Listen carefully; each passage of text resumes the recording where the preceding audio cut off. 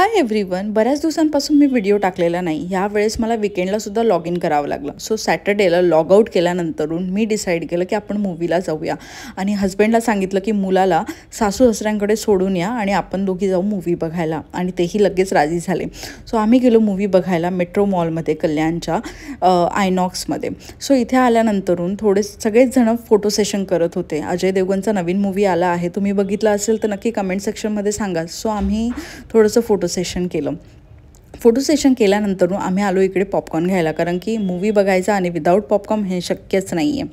तर चला मग पटकन मूवी स्टार्ट झालेलाच आहे आणि इथे तुम्ही मला बघू शकतात की एन्जॉय करते आहे मी माझे पॉपकॉर्न, माझा टाईम.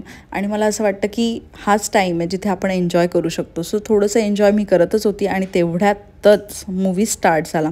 सो चला मग माझ्यासोबत मूवी एन्जॉय करा.